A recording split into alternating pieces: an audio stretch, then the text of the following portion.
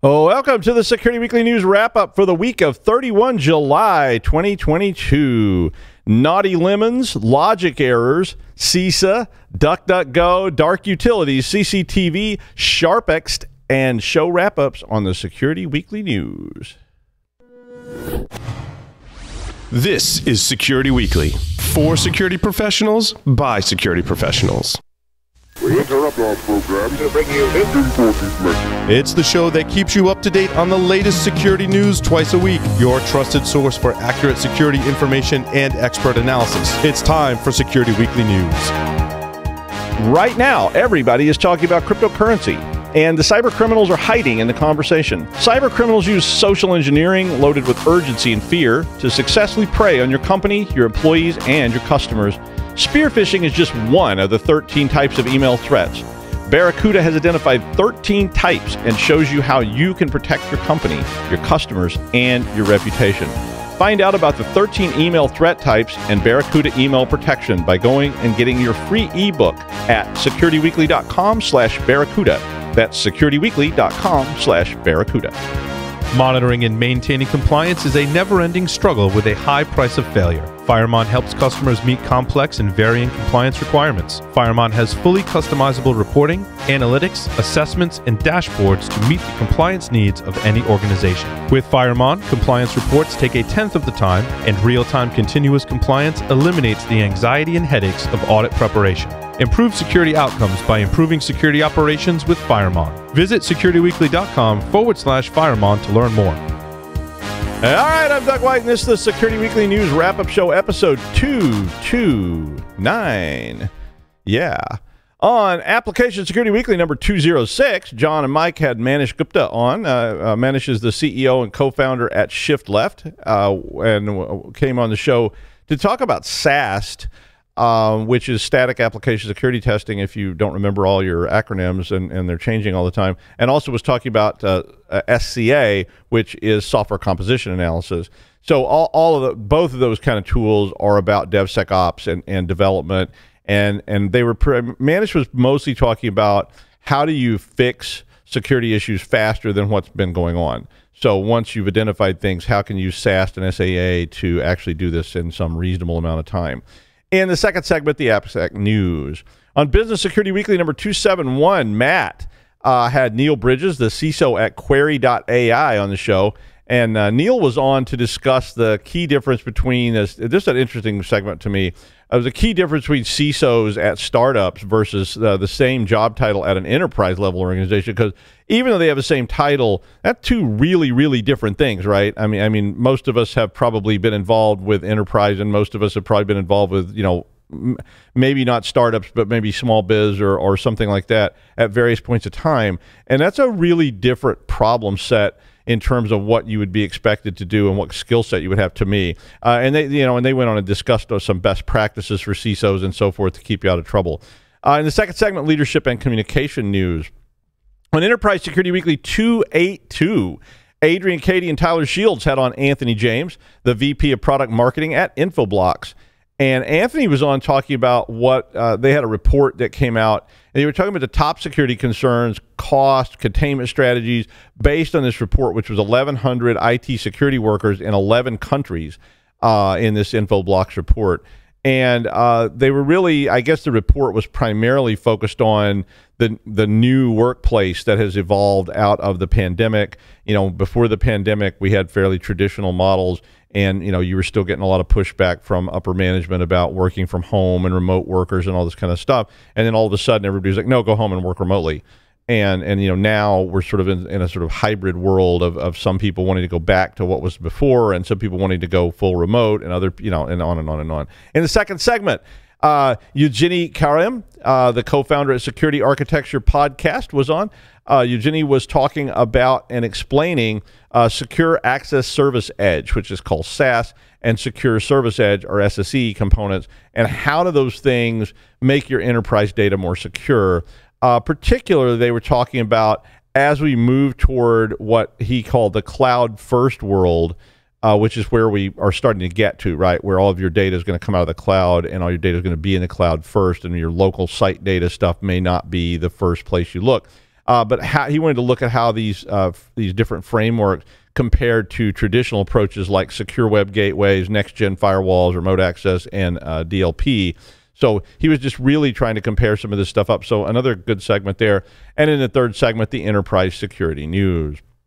On the Security Weekly News, number 228, our good friend, an old friend, Russ Boschman from the old Secure Digital Life show.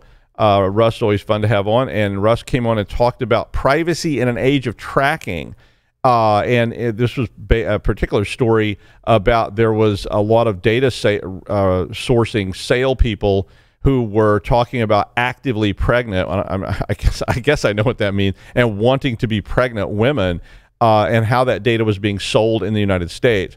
Russ was mostly talking about the threat that this posed in several different contexts, because the thing about this these 32 vendors selling all this active pregnancy data was pretty controversial, especially in light of the recent changes in the United States by the Supreme Court and so forth. And regardless of how you feel about those particular issues, this kind of stuff affects whatever issues you care about in terms of privacy.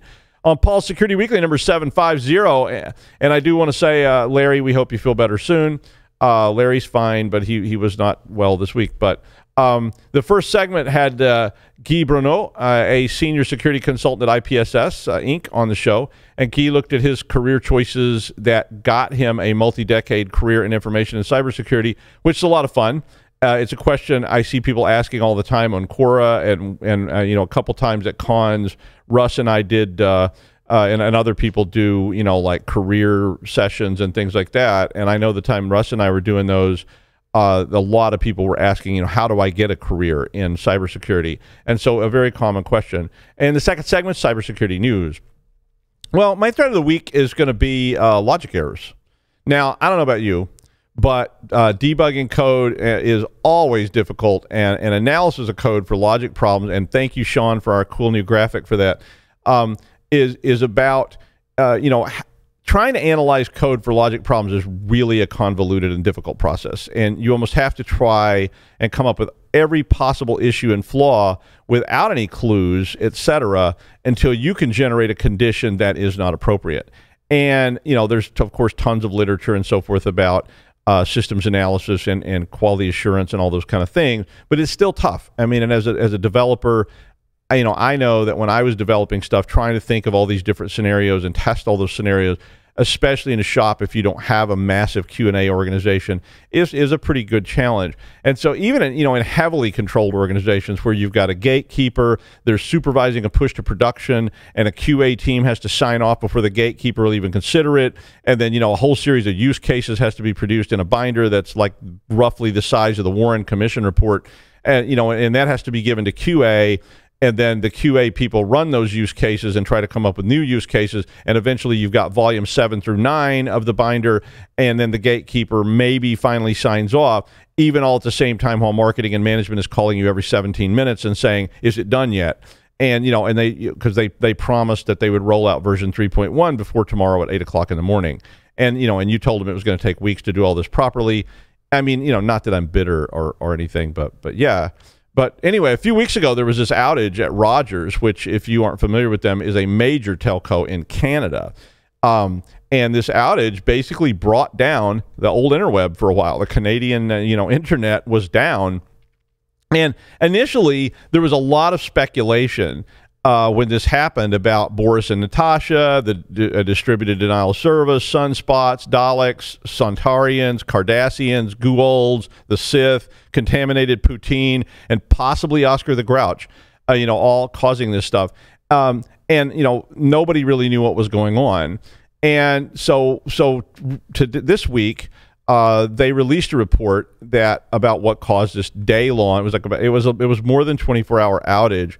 And it turns out that in this report that they revealed to the public, being Canadian and all, that the 6th step in a 7-step process for an upgrade to the core infrastructure was pushed at 2:27 a.m. on the 8th of July.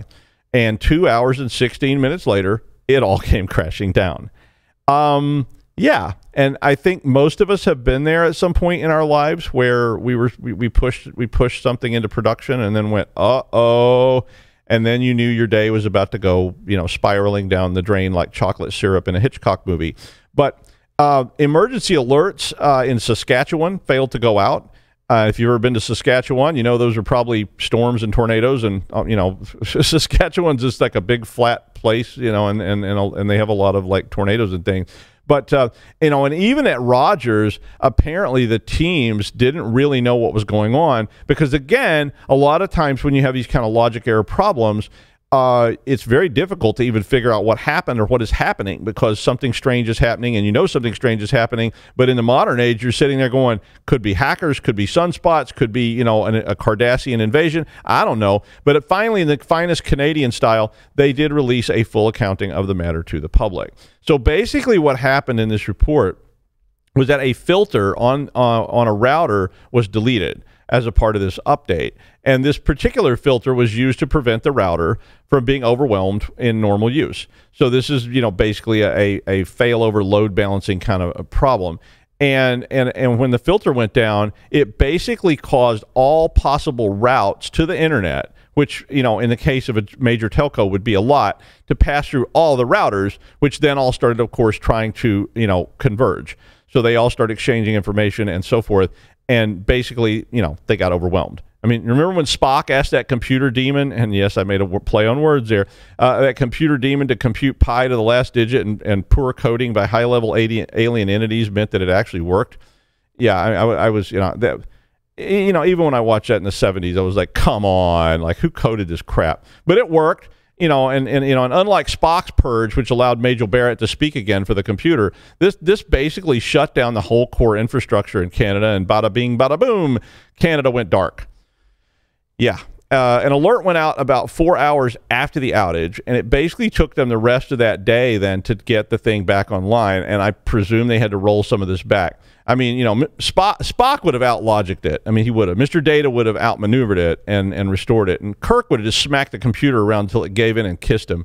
I mean, good old Kirk. But the point of all this is, well, it's a good idea to be ready to respond to these things, because we never know when they're going to happen. And it seems that Rogers had a pretty good plan in place, since even though this sounds like a catastrophe, and it kind of was, they did manage to restore. It did take 24 hours plus, but they did manage to restore. They seem to have swung into action and got things going, because otherwise, 24 hours without internet, you might actually have chaos resulting. Of course, it was Canada, so everybody was just nice and, and friendly and whatever. But I mean, Canada's so nice that everybody just, said, oh yeah, we'll go hang out, have some coffee down at Tim's, and it'll be fine.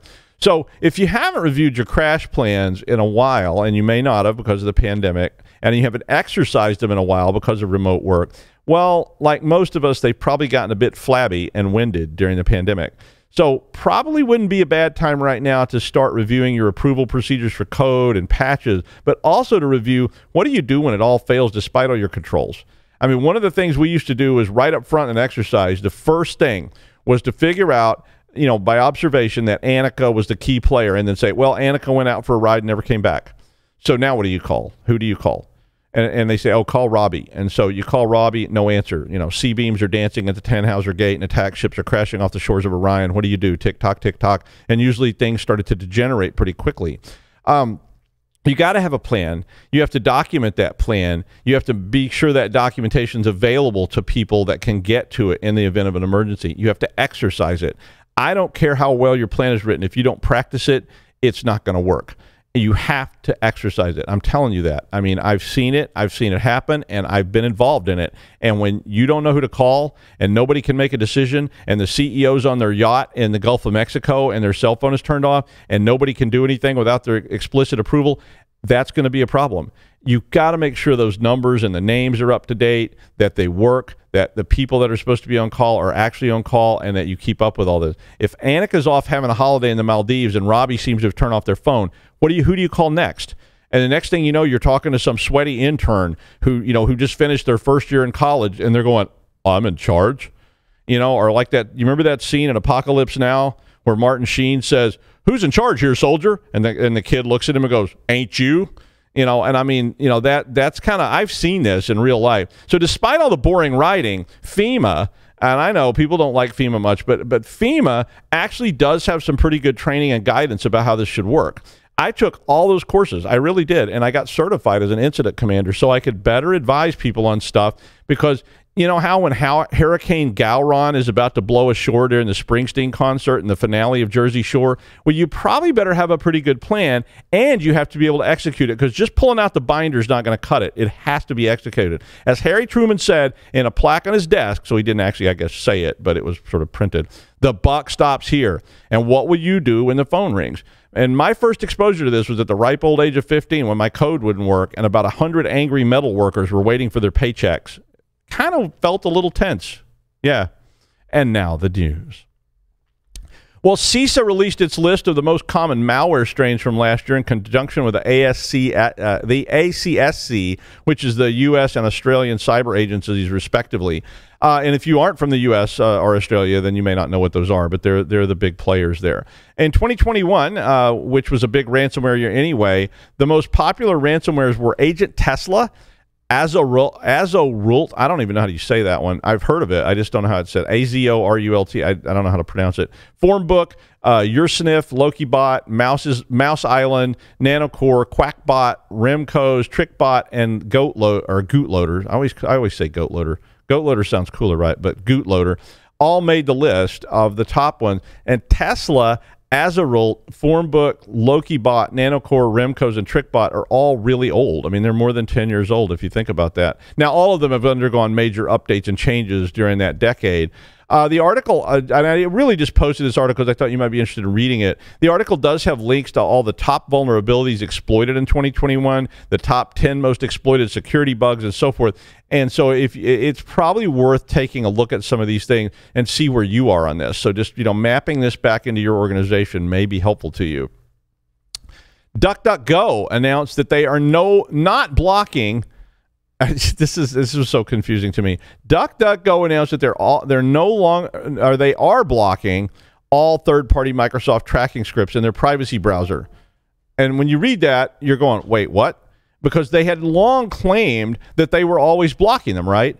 Now, they have claimed this since the day one, that they blocked all hidden trackers found on website. And the very first time I ever saw DuckDuckGo, this was appealing to me. But back in May, they got caught allowing third-party trackers from Microsoft and others. I guess they were all affiliated with Microsoft, though. But this was allegedly, according to DuckDuckGo, after they got caught, of course, because the two companies had an agreement that was in place but didn't really, excuse their bold claim. Because I'm like, why didn't you tell everybody this from day one instead of claiming that you block everything, and then when somebody caught you at it, you immediately turned around and went, oh, yeah, well, we had to do that because of an agreement we made. And I'm like, but that's not what you said before. It really shot them down and when I saw that in May, and we reported on that. It's like down at Veggieland, our petting zoo. It's where all the little lambs and piggies play happily all day. And then you get caught with that lamb sausage contract that you made with Old Bill's Slash and Burn meat packing plant, and you simply go, well, yeah, I mean, we do have to slaughter the pets occasionally because we did have this prior agreement. I know we said we didn't do that, but yeah, it was a prior agreement, so we couldn't do anything about it. Well, Zach Edwards found out that DuckDuckGo blocked Google and Facebook, but they did allow Microsoft trackers from LinkedIn and Bing domains, as well as a bunch of others, 20-plus other domains that they allowed. But today, so this is the current version, today, DuckDuckGo announced that they would begin blocking all the third-party scripts in mobile and browser extensions. The list of blocked domains is pretty long. It's in the article. But there were 21 other domains that apparently they weren't blocking, that I'm presuming are all part of Microsoft. They said there would still, and then immediately they hedge, it's like, no, we're going to do this now. But then they're like, but there would still be some limited allowance because it does, and they explained this. They said they rely on Microsoft advertising for their ads in the search engine. Okay, well, I can give you that. So when you click on a DuckDuckGo ad, it will allow tracking temporarily from bat.bing.com to run, because that is part of how basically advertising works. I mean, that's a click-through tracker, and that is how they get paid and support their company. So I don't begrudge them that. I just wish that they, I wish they hadn't made me so disillusioned, because I really find it hard now to trust them, because I did start using that particular search engine back when they said they would block trackers. And then I stopped. I actually deleted DuckDuckGo when they came out and said, oh, yeah, we got caught lying by someone else, so we now have to come clean. It's kind of like Alex Jones, right? It was sitting there in trial going, I never did it. No. And then they're like, well, here's all the proof. And he's like, oh, yeah, I'm not a tech person. I was like, really? Come on. Anyway, now they're saying we're totally clean. I mean, like, hey, man, we are clean. We're not going to do that anymore, I promise. But can I borrow $25? If you got that Velvet Underground reference, well, you're doing well. You get 100 experience points. Here's a scary one. The DHS, that's the Department of Homeland Security in the United States. I try not to be U.S.-centric.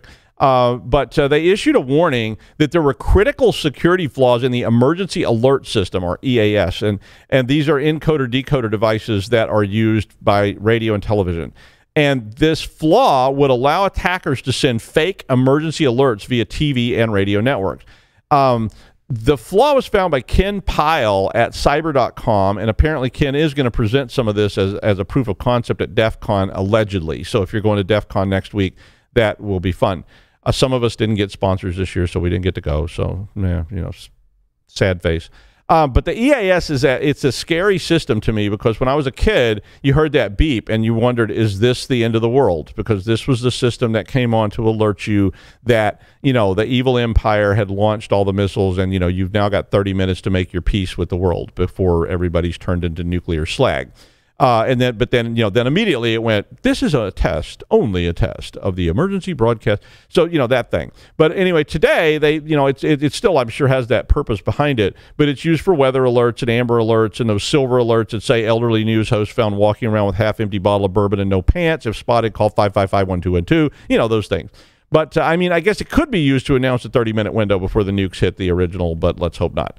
Anyway, Ken said there were multiple vulnerabilities and issues which have not been patched for several years and have turned into a giant flaw that would allow him to access the credentials, search devices, web servers, send out fake alerts, and so forth. There was a whole list of things he was able to do. And so I would rank it as pretty bad on my scale, that starts with who cares to, on the other end, run like hell.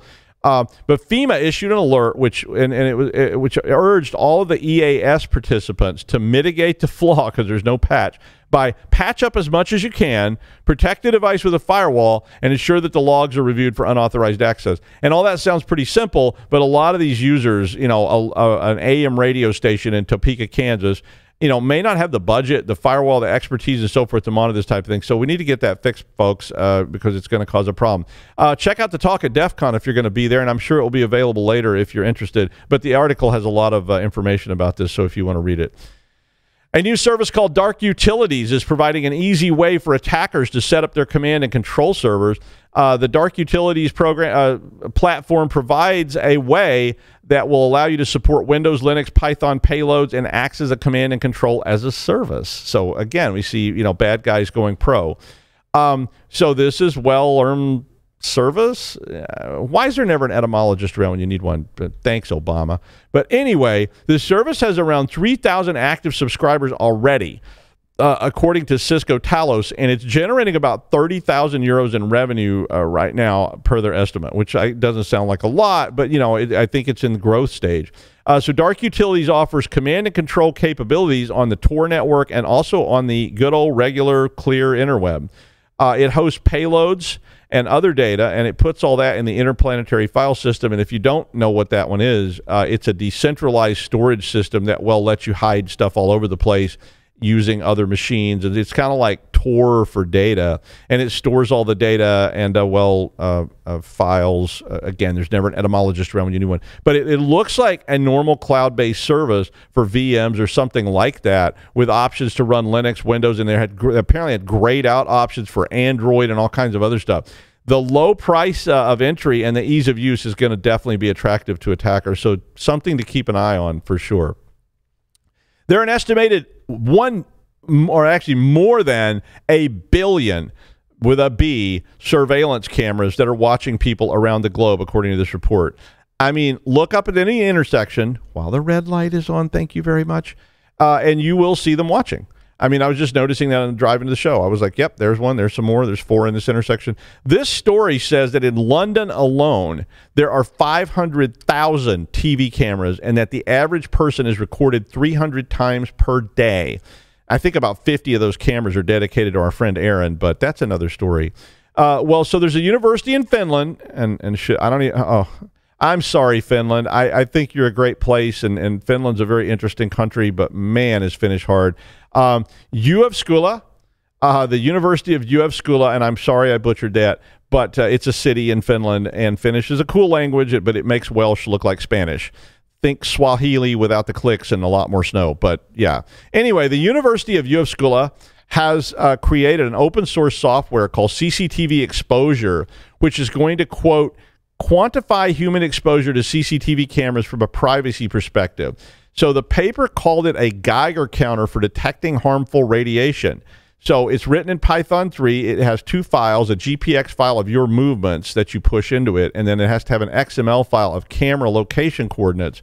I don't know where you get that from, but they currently only have a test file from Jyväskylä, which is for that city alone. But they said that they're hoping that an open source effort will get a lot more data. So I'm guessing that a lot of us types will go out and track all these cameras down and flag them so that they know where they are. And, you know, so it sounds like it's right up our audience's cup of Samari, which, yes, that's a Finnish drink.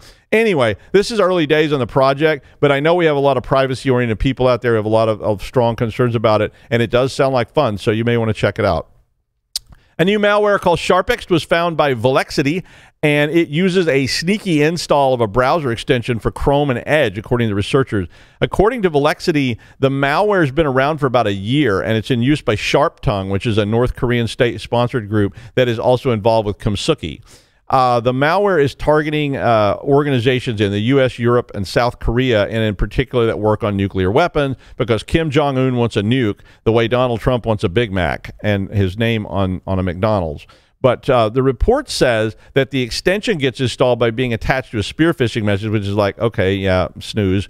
But the logs that they obtained show that they were able to steal thousands of emails from multiple victims through this malware. And it does sound like been there, done that, but it's really gotten hard to push malware extensions into Chrome and other browsers because they realize people are trying to do that. And so basically, in order to install this extension, the attackers have to have several files that are used by Chrome and modify them before they can actually push the extension in. Now, Sharpext loads this extension after getting all this info, and then it runs a PowerShell script that enables dev tools and so forth.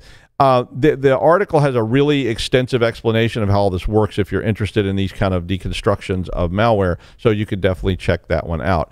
And finally, this isn't really a security story, and it's not even really a story at all, but if you want to have some fun, well, let's just say I stayed up really late last night typing strange things I could think of into this site to see what it would paint. So the site is called Crayon, CRAIYON.com, and it's an update to Mini DALL-E, which most people have heard of DALL-E. And it's basically an AI engine that takes text that you type in and generates a set of pictures from whatever it is you type. And I started with rabbits and cats fight the battle of Agincourt, and then I moved on to priests and oysters fight the battle of Agincourt because I was just trying to see what kind of things it would combine. I did try some things like sexy lemons and barbarian princess painted by Frazetta as a potato. I did get a pretty good result with Eric Clapton as a potato, and I finally got a really good one from a demon octopus conducts Latin mass. But the weirder ones, and there's one they're putting up on the screen if you haven't seen it yet, I'll tell you what that one was called. There's Demon Octopus says Latin Mass. I did go in and I put up, I put that one in about Prince Andrew conducts the London Philharmonic with a lemon, which was that other one. And there is a lemon there somewhere. But it's really fun to play around with and manipulate the AI with words. And when I type Brad Pitt stretches his lower lip over his head, I got a kind of creepy blurred Brad that looked kind of like he might have ripped his lower lip off. It was pretty strange. Madonna with 10-centimeter nostrils was pretty bizarre. But that naughty lemon conducting the London Philharmonic while Prince Andrew watches, well, let's just say I printed that one out. Anyway, check it out. It's not security, but it will definitely waste a lot of your time and probably get you on some lists. And that's the wrap-up for the week of 31 July 2022. I'm Doug White. We'll see you next week on the Security Weekly News.